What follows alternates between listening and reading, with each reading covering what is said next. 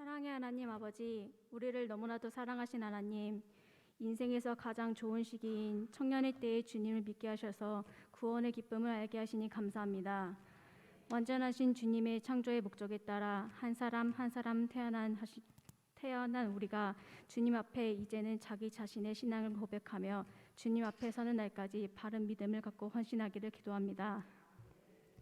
또한 이 시간 청년들이 주님 앞에 헌신을 다짐하여 나아가길 원합니다.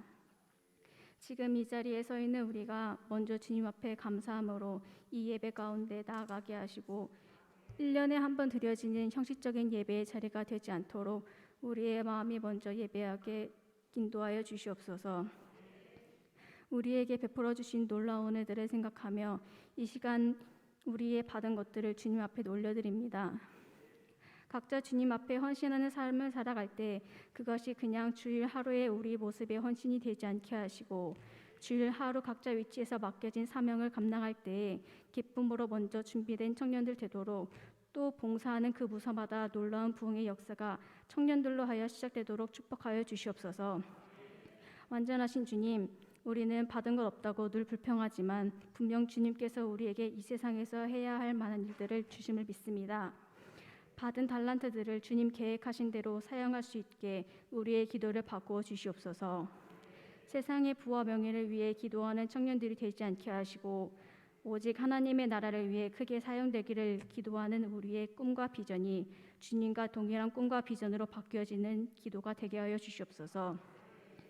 늘 영적으로 깨어있도록 주님과 만남의 시간이 우리 삶 가운데 더 길어지고 깊어지게 하시고 우리의 신앙이 정체되고 지쳐져 있을 때 세상의 방법으로 이겨내지 않게 기도하여 이겨낼 수 있는 성숙한 믿음을 허락하여 주시옵소서. 그리하여 이 세대의 진정한 주님의 준비된 주의 군사로 세워주시옵소서. 젊다는 이유로 지나친 자만심에 사로잡히지 않게 하시고 젊음의 패기가 있으면 무엇인 일이든지 해낼 수 있을 거라는 교만한 마음을 버리고 이 시간 젊음의 영원한 것이 아님을 깨닫게 하시사 모든 죄와 허물을 회개하시고 인생의 주인이 되신 주님께 겸손히 자기를 내어 맡길 수 있는 청년들이 되게 하시옵소서. 오늘 이 교회를 통하여 불러주신 주의 청년들이 주님의 교회를 든든히 세우는 데 한결같이 귀중한 일꾼으로 쓰임받기를 원합니다. 청년들의 헌신을 통해서 더욱 건강한 교회, 젊은 교회가 되게 하시고 독수리 날개짓 함같이 강한 믿음으로 비상이 있는 힘 있는 교회가 되게 하여 주시옵소서. 오늘 이 시간 헌신의 삶을 살고 저 헌신을 다짐하면서 주님께 드리는 청년들의 헌신 예배를 향기로운 제물로 받아주시옵고 이 청년들을 통해서 주님의 역사를 이끌어가는 도구로 삼아주시옵소서. 특별히 이 시간 청년들에게 생명의 말씀을 증거하시기 위하여 단위에 세우신 목사님을 기억하시고 선포하시는 말씀마다 권세를 더하여 주셔서 이 자리에 참석한 청년들과 모든 성도님들이 성령의 뜨거움을 경험하게 하시고 새 힘을 얻어 승리의 삶을 살아가기를 다짐하는 복된 시간이 되게 하여 주시옵소서. 이 모든 말씀 사랑 많으신 예수 그리스도의 이름으로 기도드렸사옵나이다. 아멘.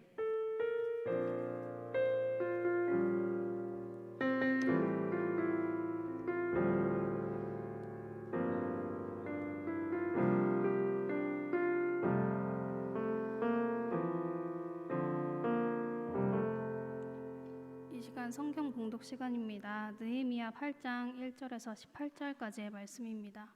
구약 737쪽입니다. 다 찾으신 줄 알고 함께 봉독하겠습니다. 이스라엘 자손이 자기들의 성읍에 거주하였더니 일곱째 달에 이르러 모든 백성이 일제히 수문 앞 광장에 모여 학사 에스라에게 여호와께서 이스라엘에게 명령하신 모세의 율법책을 가져오기를 청하매 일곱째 달 초하루에 제사장 에스라가 율법책을 가지고 회중 앞 곧 남자나 여자나 알아들을 만한 모든 사람 앞에 이르러 수문 앞 광장에서 새벽부터 정오까지 남자나 여자나 알아들을 만한 모든 사람 앞에서 읽음에 뭇 백성이 그 율법책에 귀를 기울였는데 그때 학사 에스라가 특별히 지은 나무 강단에 서고 그의 곁 오른쪽에 선 자는 마띠랴와 스마와 아나야와 우리야와 힐게야와 마아세야요 그의 왼쪽에 선 자는 부다야와 미사엘과 말기야와 하숨과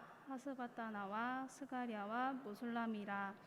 에스라가 모든 백성 위에 서서 그들 목전에 책을 펴니 책을 펼 때에 모든 백성이 일어서니라.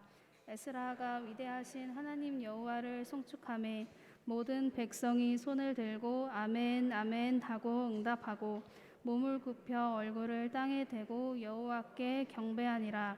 예수아와 바니와 세레비아와 야민과 악굽과 사부대와 호디야와 마아세야와 그리다와 아사랴와 요사박과 하난과 블라야와 레위 사람들은 백성이 제자리에 서 있는 동안 그들에게 율법을 깨닫게 하였는데 하나님의 율법책을 낭독하고 그 뜻을 해석하여 백성에게 그 낭독하는 것을 다 깨닫게 하니 백성이 율법의 말씀을 듣고 다 우는지라.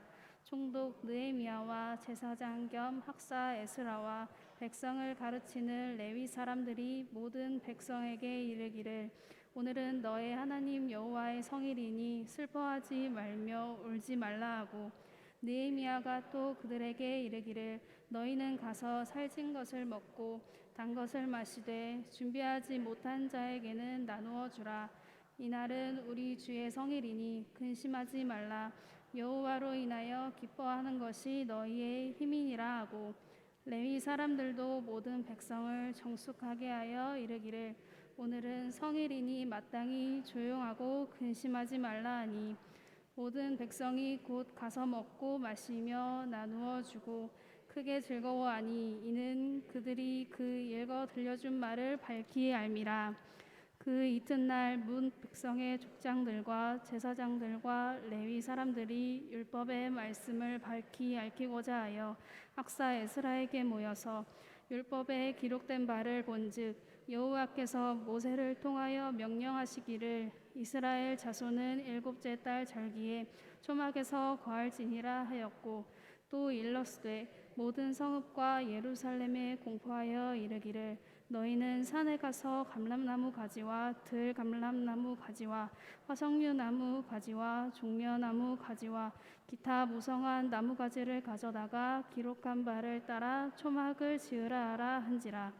백성이 이에 나가서 나뭇가지를 가져다가 혹은 지붕 위에 혹은 뜰 안에 혹은 하나님의 전뜰에 혹은 숨은 광장에 혹은 에브라임 문 광장 초막을 짓되 사로잡혔다가 돌아온 회중이 다 초막을 짓고 그 안에서 거하니 눈의 아들 여호수아 때로부터 그날까지 이스라엘 자손이 이같이 행한 일이 없었으므로 이에 크게 기뻐하며 에스라는 첫날부터 끝날까지 날마다 하나님의 율법책을 낭독하고 무리가 이레 동안 절기를 지키고 여덟째 날에 규례를 따라 성회를 열었느니라.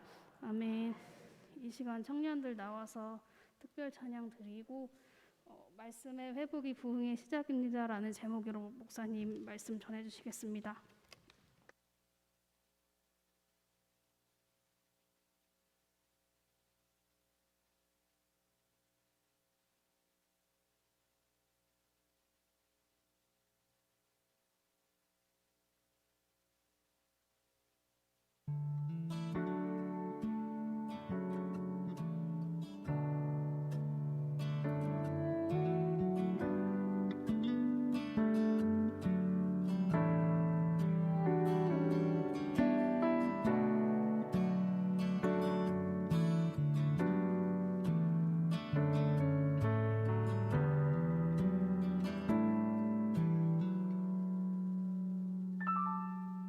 세상은 항상 말하네 그 길이 아니라고 꼭 뜨거운 길이 있는데 왜 힘들게 사냐고 단순한 선택조차 내게 버겁기만 한 곳 그래도 나는 주님만 따르리 참 아름다워라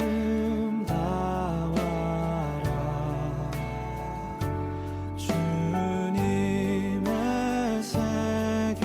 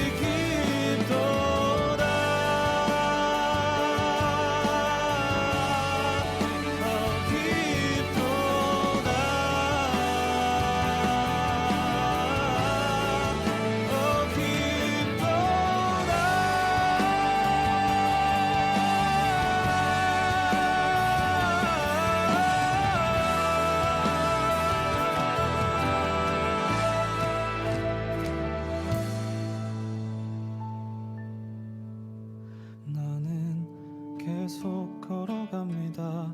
수없이 넘어져도 사람들의 방향과는 조금 다르다 해도 내가 가는 길이 주가 가르쳐준 길이니 이곳은 바로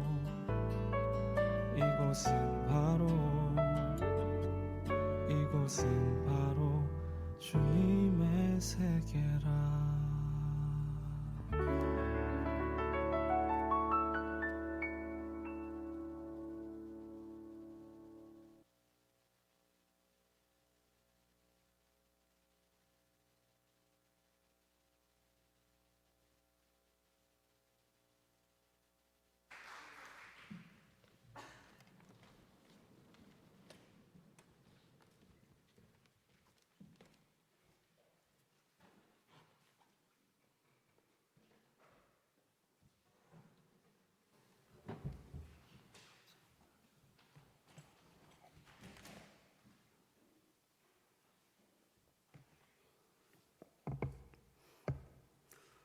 드리신 예물을 위해서 기도하겠습니다. 하나님 감사합니다. 주님께 우리의 몸과 마음과 시간과 예물을 주님 앞에 드립니다. 감사헌금으로 또 11조로 1,000번째 헌금으로 주님 앞에 드릴 때 하나님께서 기뻐 받아주시고 주님의 우리의 공급자 되심을 날마다 인정하며 주님께 의지하며 나아갈 때에 하나님께서 우리의 삶 가운데 놀라운 역사하심과 인도하심을 경험케 하여 주시옵소서.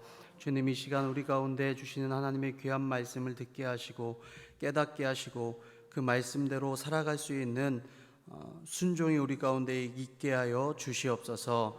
예수님의 이름으로 간절히 기도하옵나이다. 아멘. 우리 옆에 계신 분들과 인사 나누기 원합니다. 사랑하고 축복합니다.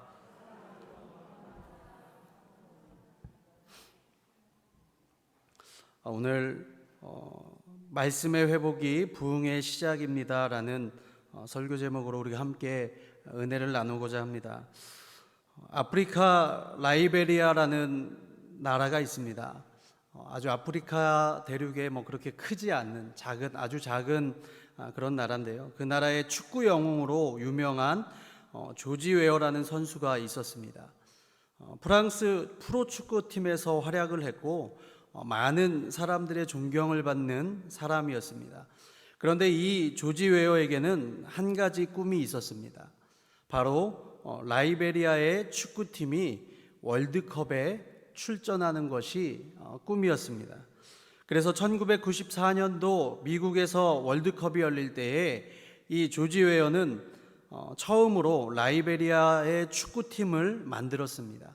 자신이 선수 겸 감독으로 뛰고 또 국가의 지원을 받을 수 없기 때문에 자비로 선수들을 훈련시키고 또 비행기 요금도 내고 또 모든 경비를 자신이 충당해서 예선 경기에 나갔습니다.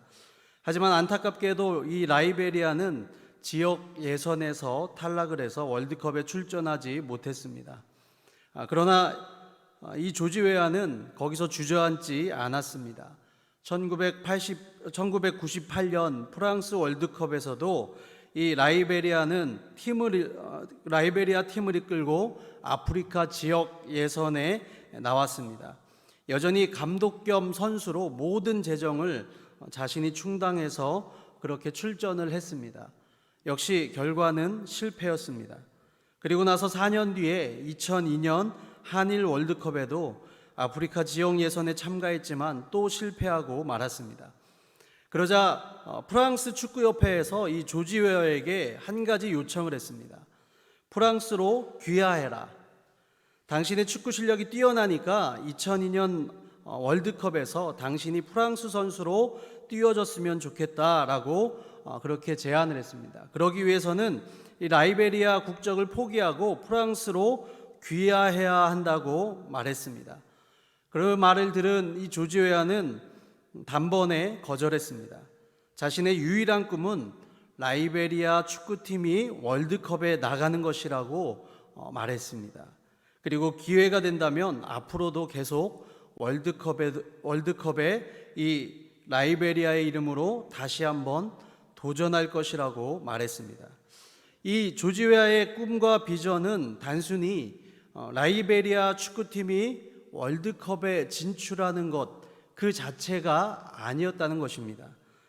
그가 궁극적으로 바라는 것은 아프리카의 가난하고 아주 조그만 나라, 무시당하는 나라인 이 라이베리아의 축구팀이 월드컵에 나가서 그 백성들이 소망을 얻고 자부심을 가지는 것이 이 조지 웨아의 꿈과 비전이었다는 것입니다.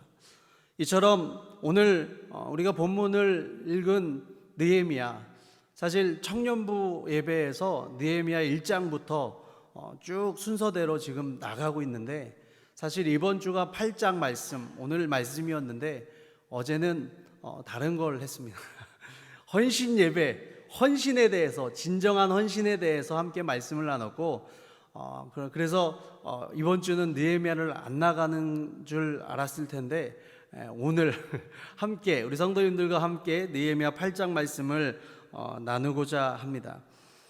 오늘 본 느헤미야도 마찬가지였죠. 느헤미야가 1장부터 나중에 시간이 되시면 13장까지 한번 쭉 읽어보시면 이 느헤미야가 정말 성벽을 중수하는 일에 열심을 다해서 정말 이 일을 잘 마무리합니다. 그런데 잘 읽어보면 느헤미야의 궁극적인 목적은 단순히 성벽을 중수하는 것으로 끝나는 것이 아니었다라는 것입니다. 성벽 재건을 위해서 전심을 다하고 전력을 다하고 또 집중하고 헌신하는 모습을 보면 마치 그것이 느헤미야의 최종적인 목적인 것처럼 보일 수가 있습니다. 그러나 오늘 8장 말씀을 보면 느헤미야가 원하던 사명은 단순히 그것이 끝이 아니었다라는 거예요. 그것이 최종 목적이 아니었다는 것을 우리가 알 수가 있습니다. 그가 정말로 추구하던 궁극적인 사명은 이스라엘의 회복과 부흥이었다라는 것입니다. 그는 성벽이 다시 한번 중축됨으로 말미암아 하나님을 예배하는, 또 예루살렘 성전이 회복됨으로 말미암아 민족 안에 하나님을 경외하고 또 하나님의 말씀이 회복되는 부흥을 소원했던 것입니다. 부흥은 무엇입니까? 부흥은 우리가 대개 사람들이 말하기를 많은 사람들이 모이고 몰려드는 것만을 의미하지는 않는다는 것입니다. 성경이 말하는 진정한 부흥이 무엇입니까? 말씀의 원리가 하나님의 백성들의 삶 가운데 회복되고 또 선포되고 그 말씀이 믿음으로 실현될 때 진정한 부흥이 일어나게 될 줄로 믿으시길 바랍니다. 하나님의 이런 부흥의 역사를 이루는 것을 우리에게 주신 사명인 줄 믿으시길 바랍니다. 우리가 무엇이 되었다, 무엇을 이루었다, 그래서 그것들이 우리의 삶 가운데 중요한 것이 아니라 어떻게 살아가느냐가 사실은 더 중요하더라는 것입니다.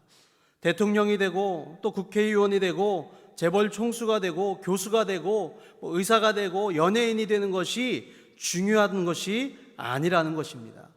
무엇이 되는가가 중요한 것이 아니라 무엇이 되더라도 어떤 삶을 살아가느냐가 사실 우리의 삶 가운데 더 중요한 요소라는 것입니다. 그래서 우리가 무엇이 되더라도 그 이후에 기대하는 것이 있어야 된다라는 것입니다. 우리의 삶 가운데 무엇이 되었는데 그 무엇이 된 것 자체만이 최종 목표라면 그것이 된 것이랑 그 이후에 기대하는 것이 아무것도 없다면 사실 그것은 우리의 최종 목표가 되어서는 안 된다는 것입니다. 바로 하나님의 말씀을 회복함으로 말미암아 우리의 삶 가운데 진정한 부흥과 회복이 일어날 줄 믿습니다. 장로님이, 권사님이, 집사님이, 교회 다니는 그리스도인들이 사장님이 되고 또 국회의원이 되고 선생님이 되고 대통령이 되는 것이 중요한 것이 아니라는 거예요. 그럼 무엇이 중요합니까? 주님이 주신 사명을 이루기 위해서 그들의 삶 가운데 하나님의 말씀의 역사가 그들을 통해서 일어나기를 소원하며 또 말씀의 원리들을 삶 가운데 적용하며 살아가는 백성들이 정말로 필요하다라는 것입니다.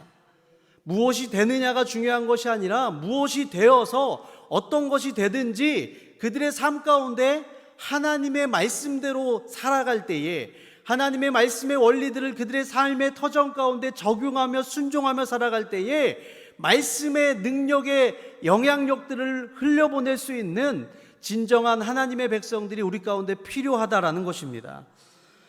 지미 카터 대통령이 미국의 대통령이 되었을 때에 제일 유명했던 말이 본 어게인입니다. 우리말로 하면 다시 태어난다, 거듭난다 라는 말입니다. 그래서 당신은 거듭났습니까? 라는 말이 유행하기 시작했습니다. 그래서 어떤 언론기관에서 조사한 결과 그 당시에 5천만, 6천만 명이 그 많은 미국 사람들이 나는 거듭났습니다라는 고백을 했다라는 것입니다. 그리고 그 거듭났다라고 고백한 사람들이 실제로 정치인들이 되고 또 그 사람들이 사회 각 분야에서 중요한 위치를 차지하는 그런 사람들이 되었습니다. 그래서 언론에서는 지미 카터가 대통령이 되고 거듭났다고 고백한 사람들이 그런 정치인이 되고 미국에서 어떤 중요한 역할들을 하는 사람들이 되었기 때문에 미국에 다시 한번 종교적인 대부흥이 일어날 것이라고 예언했습니다. 미국에 다시 한번 하나님의 말씀으로 말미암은 부흥이 일어날 것이라고 사람들이 기대했습니다. 그러나 지미 카터가 대통령으로 있을 당시 미국 안에 부흥은 오지 않았습니다. 그렇게 많은 사람들이 거듭났다라고 고백을 하고 또 그렇게 고백을 한 사람들이 정치인이 되고 또 각 분야의 중요한 인물들이 되었지만 사람들이 기대했던 부흥은 없었습니다. 그 이유는 무엇입니까? 어느 누구도 자신의 영역 안에서 말씀의 원리를 적용하려고 시도하지 않았기 때문에 그렇습니다. 내가 대통령이 되었습니다. 내가 국회의원이 되었습니다. 내가 사장님이 되었습니다 라고 고백하고 내가 거듭났습니다 라고 고백하는 사람들은 있었지만 거기서 끝나더라는 것입니다. 하나님의 말씀의 핵심을, 하나님의 말씀의 원리를 그들의 삶 가운데, 그들이 활동하고 있는 분야 가운데 적용하려는 사람들이 없었다라는 것입니다. 그렇기 때문에 많은 사람들이 거듭났다라고 고백은 했지만 많은 그리스도인들이 거듭났다라고 고백했던 사람들이 중요한 위치에 있었지만 그럼에도 불구하고 부흥이 오지 않았던 이유는 그들의 삶 가운데 진정한 말씀의 적용을 하지 않았고 순종하지 않았다라는 것입니다. 오늘 본문 말씀 느헤미야 8장 말씀을 보면 주도권이 느헤미야에서 제사장 에스라에게 넘어갑니다. 본문 2절 말씀에 보면 제사장인 에스라가 무엇을 합니까? 우리 2절 말씀을 같이 읽어보도록 하겠습니다. 2절입니다. 시작.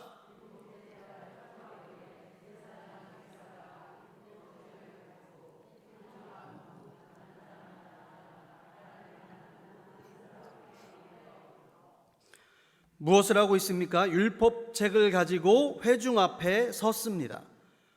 율법책을 가지고 왜 회중 앞에 섰겠습니까? 뭐 하려고요? 3절을 다시 한번 읽어보겠습니다. 시작. 수문 앞 광장에서 새벽부터 정오까지 남자나 여자나 알아들을 만한 모든 사람 앞에서 읽음에 뭇 백성이 그 율법책에 귀를 기울였는데 율법책을 읽어줬습니다. 그런데 이스라엘 백성들이 하나님의 말씀을 대하는 태도를 우리가 여기서 알 수가 있어요. 5절 말씀을 보니까 에스라가 모든 백성 위에 서서 그들 목전에 책을 펴니 책을 펼 때에 모든 백성이 일어서니라 라고 말씀하고 있습니다. 하나님의 말씀을 들을 때, 하나님께 예배할 때 우리는 바로 이런 마음의 태도가 있어야 될 줄로 믿습니다. 하나님의 율법책을 읽을 때에 왜 일어났겠습니까? 다리가 아파서 일어났을까요? 아니요. 하나님의 말씀을 듣는 우리가 그냥 앉아서 대충 듣는 것이 아니라 하나님의 말씀이 읽어질 때에 우리가 그 하나님의 말씀을 경외함으로 더 우리가 하나님의 말씀을 존중함으로 그렇게 들으려고 하는 그들의 마음의 태도가 있었더라는 것입니다. 어느 목사님께서 진정한 예배의 자세에 대해서 깨닫는 순간이 있었다고 합니다. 어디서 깨달았을까요? 바로 TV 앞에서 깨달았다고 합니다. 2016년도에 우리나라의 수많은 여성들의 마음을 설레게 했고, 또 이분의 죽음에 대한 내용이 나오는 순간엔 대한민국을 눈물바다로 만들었던 드라마가 있었습니다. 바로 태양의 후예입니다. 아시죠? 유시진 대위님 아직도 아마 기억하실 겁니다. 자꾸 그 어려운 걸 해내시는 분이 있으시잖아요. 그런데 이전까지 우리나라 여성분들에게 있어서 군복 입은 사람들은 모두 다 그냥 군인이었어요. 그런데 이 태양의 후예 이후로 모든 군복 입은 사람들은 다 누구로 보입니까? 유대인님으로 보이고 서상사님으로 보입니다. 거기에 나오는 주인공들이에요. 어느 날, 그날도 목사님께서 이제 신방을 마치시고 늦게 9시 반쯤 좀 넘어서 집에 들어갔는데, 웬일로 사모님과 딸이 나란히 앉아서 뉴스를 보고 있더라는 겁니다. 특히 딸에게, 평상시에 뉴스를 보지 않는 이 딸이 뉴스를 보고 있으니까 딸에게 물어봤답니다. 웬일로 뉴스를 다 보고 있냐? 그랬더니 이 딸이 그러더랍니다. 뉴스를 보려고 앉아 있는 게 아니라 우리 유대인님을 맞으려고 유대인님을 보기 위해서 이렇게 기다리고 있다라는 거예요. 아직 시간 많이 남았지 않냐? 그랬더니 벌써부터 왜 이러고 있냐? 그러니까 그러다가 시작하면 어떻게 합니까? 한순간도 놓칠 수 없다라는 거죠. 그리고 목사님께서는 이제 방에 들어가서 씻고 그렇게 하다가 한참 그렇게 있다가 나왔는데 사모님과 딸이 막 둘이 울고 있더라는 거예요. 왜 그러냐 그랬더니 유대인님이 돌아가셨대요. 그러면서 그날 드라마가 끝난 거예요. 다음 주까지 언제 기다리냐며 둘이 부둥켜 안고 울고 있는 그 모습을 보면서 깨달았다는 거예요. 이게 바로 진정한 예배자의 태도구나. 예배를 드릴 때 여러분, 그렇게 어떻게 하면 은혜를 받을까? 어떻게 하면 오늘 우리에게 주시는 은혜를 경험할까? 기대하는 마음으로 여러분 미리 오셔서 그렇게 기도로 준비하고 마음의 준비를 하고 계시죠? 그리고 또 한순간도 놓치지 않으려는, 예배 가운데 하나님 앞에 나아가는, 또 하나님께서 말씀하시는 그 한마디도 놓치지 않으려는 우리의 마음가짐이 있어야 된다라는 것입니다. 오늘 본문 말씀, 제가 아까 5절 말씀을 읽어드렸듯이 이스라엘 백성들이 이러한 태도를 가지고 말씀을 대하고 있습니다. 그렇게 하나님의 말씀을 듣고자 일어서서 귀를 기울여서 하나님의 말씀을 듣습니다. 그러자 어떤 일들이 일어납니까? 우리 6절 말씀을 같이 읽어보도록 하겠습니다. 6절입니다. 시작. 에스라가 위대하신 하나님 여호와를 송축하매 모든 백성이 손을 들고 아멘 아멘 하고 응답하고 몸을 굽혀 얼굴을 땅에 대고 여호와께 경배하니라. 아멘. 또 8절에서 9절 말씀을 보니까 하나님의 율법책을 낭독하고 그 뜻을 해석하여 백성에게 그 낭독하는 것을 다 깨닫게 하니 백성이 율법의 말씀을 듣고 다 우는지라 라고 말씀하고 있습니다. 이스라엘 백성들이 말씀을 듣고 깨달으니까 하나님께 엎드려 경배하고 막 울기 시작합니다. 왜 울었을까요? 율법책의 내용이 슬퍼서요?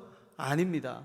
하나님의 말씀을 듣다 보니까 자신의 모습이 깨닫게 되어지는 거예요.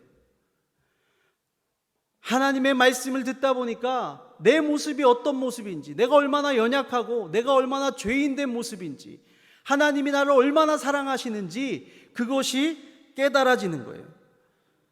우리 청소년들 또 청년들, 우리 성도님들도 마찬가지겠지만 이제는 다 커서 평상시에 잘 울지 않습니다.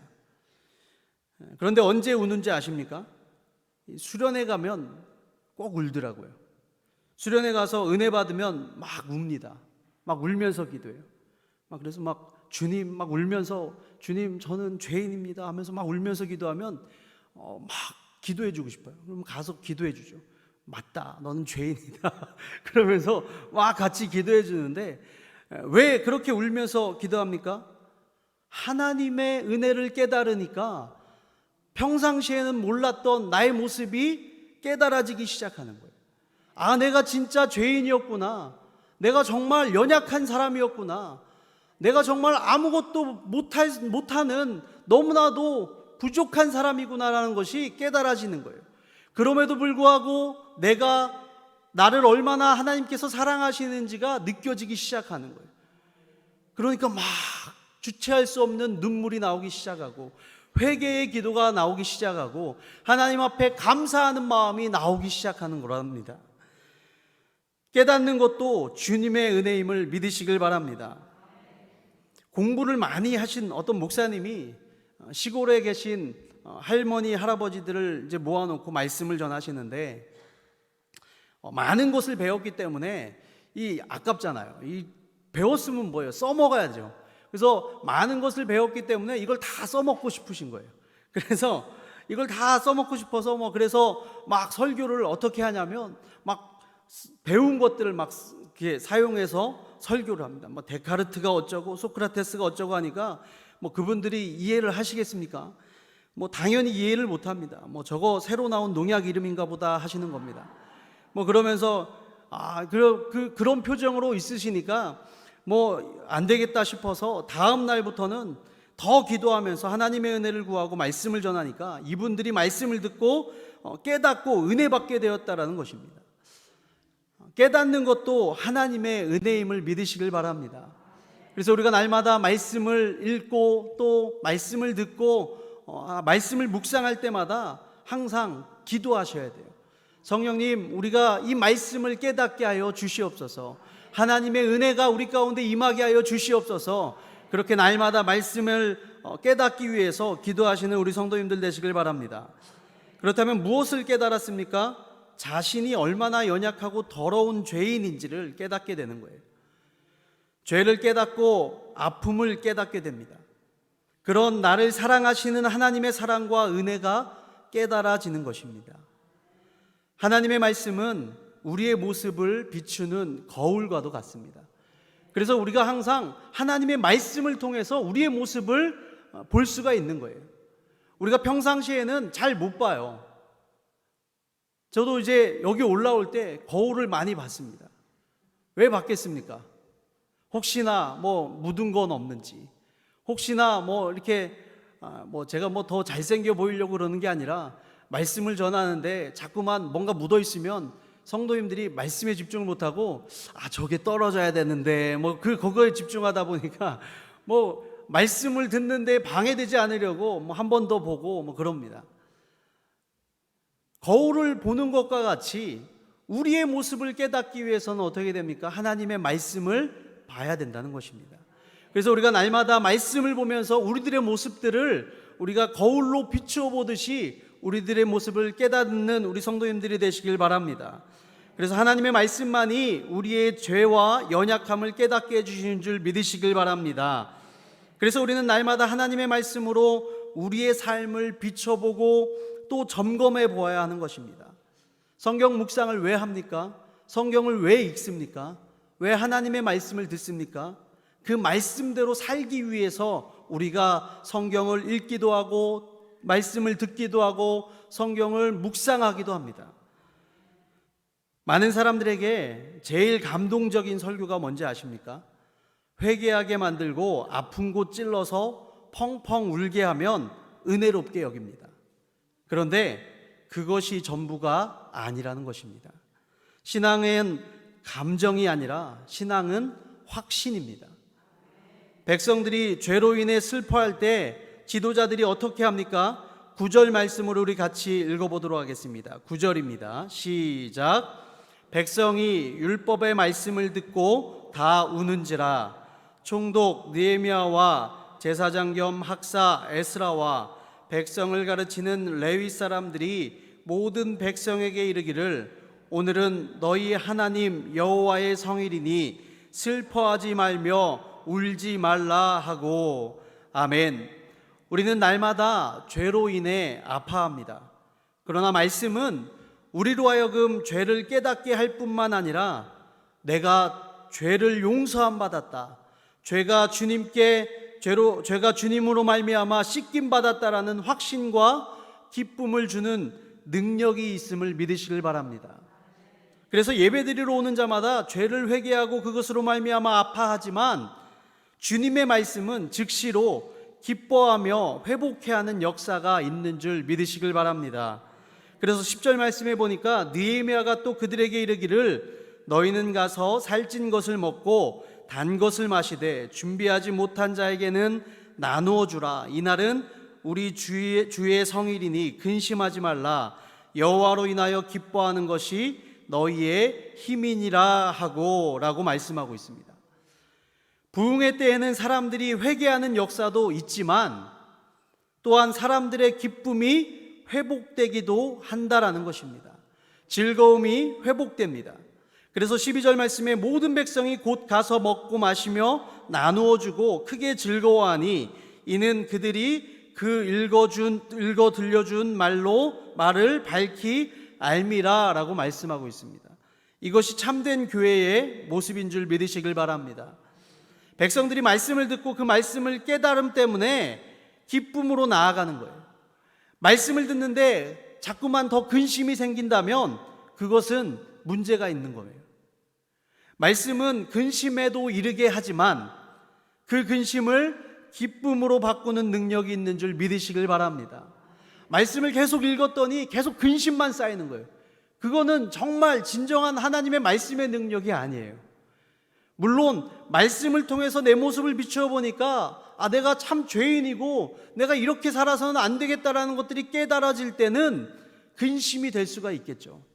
하지만 그것이 끝이 아니라는 거예요. 근심을 이르게 할 수도 있지만 결국에는 그것을 깨닫게 하시는 이유가 무엇입니까? 우리가 주님을 의지하고 주님의 은혜로 말미암아 하나님과 동행하는 삶을 살 때에 그 근심 역시 기쁨으로 바꾸어 주시는 그 하나님을 믿어야 하기 때문에 그런 줄 믿으시길 바랍니다. 오늘 예배 마치고 나가실 때 기쁨으로 나가시길 바랍니다. 하나님의 말씀을 묵상할 때마다 주님이 주시는 기쁨을 누리시길 바랍니다. 말씀을 깨닫게 되면 그 다음에는 말씀을 마음으로 순종하는 역사가 일어납니다. 13절부터 보면 초막절에 대해서 나옵니다. 이 초막절은 7월 15일에서 21일까지 일주일 동안 40년간의 광야 생활을 기억하면서 초막에서 지내는 기간을 말합니다. 그런데 17절에 보니까 사로잡혔다가 돌아온 회중이 다 초막을 짓고 그 안에서 거하니 눈의 아들 여호수아 때로부터 그날까지 이스라엘 자손이 이같이 행한 일이 없었으므로 이에 크게 기뻐하며 라고 말씀하고 있습니다. 지금 이들을 보면 초막절을 안 지키다가 갑자기 지킨 것이 아니에요. 초막절의 의미를 깨닫고 이를 회복하고 마음으로부터 정말 진정으로 그 진정한 마음의 태도를 가지고 지키기 시작했다라는 거예요. 다시 말해서 초막절을 안 지켰다라는 것이 아니라 이전부터 초막절은 계속 지켜왔지만 마음의 태도가 바뀌었다라는 거예요. 이 초막절을 지키는 이 마음의 태도가 바뀌어서 이전에는 그냥 습관적으로 드렸다면 이제는 습관적으로 드리는 것이 아니라 진정으로 하나님의 은혜를 간구하고 진정한 마음의 태도를 가지고 지키기 시작했다라는 것입니다. 신앙생활을 하면서도 마찬가지죠. 우리가 억지로 하는 것이 아니라 마지못해 형식적으로 하는 것이 아니라 말씀이 회복되니까 우리의 마음의 태도가 바뀌기 시작하는 거예요. 신앙생활을 안 했다가 우리가 다시금 신앙생활을 하는 사람들도 있겠지만 우리가 여전히 계속적으로 신앙생활을 해왔지만 그전에는 내가 어떤 형식적으로 습관적으로 했던 신앙생활이었다면 말씀이 회복되기 시작하니까 우리의 삶에 그 신앙생활을 하는 마음의 태도가 바뀌기 시작하더라는 거예요. 그래서 우리의 삶 가운데 진정한 신앙생활에 대해서 정말 기쁨으로 신앙생활하고 순종함으로 신앙생활하는 우리의 삶이 되더라는 것입니다. 그만큼 말씀의 회복이 너무나도 중요하다는 것입니다. 18절 말씀에 에스라는 첫날부터 끝날까지 날마다 하나님의 율법책을 낭독하고 무리가 이레 동안 절기를 지키고 여덟째 날에 규례를 따라 성회를 열었느니라 라고 말씀합니다. 그래서 에스라는 이 초막절 7일 동안 계속해서 하나님의 말씀이 선포되도록 말씀을 강론하고 있습니다. 시편 119편 9절 말씀에 청년이 무엇으로 그의 행실을 깨끗하게 하리이까 주의 말씀만 지킬 따름이니이다 라고 말씀합니다. 오늘 청년부 헌신 예배입니다. 사실 이 청년부 헌신 예배를 한 달 전부터 준비했습니다. 연습하는 것도 있었지만 사실 무엇보다도 제가 계속 우리 청년들에게 강조한 것이 무엇이냐면 우리가 이날 와서 이거 하고 하는 것도 중요하지만 진정한 헌신의 모습이 있었으면 좋겠다. 진정한 우리의 신앙의 모습을 변화되는, 또 말씀이 회복되고 예배가 회복되고 회개가 회복되고 좀 우리의 신앙이 회복되는 시간들이 되었으면 좋겠다. 그래서 이번 주에 우리가 안 나오던 새벽 예배도 한 번씩 나와보자 그랬더니 가끔씩 나오더라고요. 그리고 정말 더 열심히 기도하기로 하고 그랬더니 또 우리 청년들이 서로 독려도 하고 권면도 하고 또 열심히 기도하려는 노력들을 보이고 있더라고요. 사실 진정한 헌신 예배, 진정한 우리의 신앙이 성장하는 계기가 여기서 특성 하나 했다고 해서 그게 전부가 아니라는 것을 우리 청년들이 계속 제가 심어줬습니다. 사실 이 헌신 예배를 시작으로 더 신앙이 성장할 수 있는 시작점이 되어야 될 줄로 믿습니다. 그래서 정말 시편 119편 9절 말씀에 청년이 무엇으로 그의 행실을 깨끗하게 하리까 주의 말씀만 지킬 따름이니이다. 말씀이 회복되어야 될 줄로 믿습니다. 이 말씀을 이렇게 읽어드리면 청년에 대한 말씀이니까 나는 해당되지 않는다라고 혹시나 생각하시는 분이 계실지 모르겠지만 제 눈에 보기에는 여기 계신 분들이 다 청년으로 보입니다. 모든 사람들이 하나님의 말씀이 회복되어질 때에 하나님의 은혜를 경험하게 될 줄로 믿습니다. 부흥은 하나님의 말씀이 선포되어져야 합니다. 그리고 우리는 그 말씀을 묵상함으로 깨닫고 또 말씀의 원리들을 우리의 삶 가운데 믿음으로 순종하며 적용하며 살아가야 하는 것입니다. 그렇게 말씀이 회복되어 우리 귀한 성도님들의 삶 가운데 또 우리 성도님들의 가정 가운데 또 우리 교회 가운데 이 땅 가운데 다시 일어날 부흥의 역사가 일어나기를 주님의 이름으로 축복합니다. 기도하시겠습니다. 사랑해 주님 감사합니다.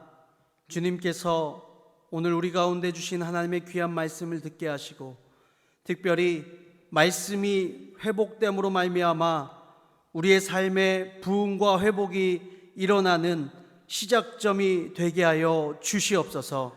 하나님, 우리의 삶 가운데 말씀이 회복됨으로 말미암아 우리의 모습들을 바라보게 하시고 깨닫게 하시고 더욱더 하나님 앞에 나아갈 수 있는 우리들의 삶이 되게 하여 주시옵소서. 날마다 우리에게 주시는 그 말씀 따라 순종하며 나아갈 때에 하나님 우리를 통해서 역사하시는 그 하나님의 역사를 경험케 하여 주시옵소서. 감사드리며 예수님의 이름으로 간절히 기도하옵나이다. 아멘.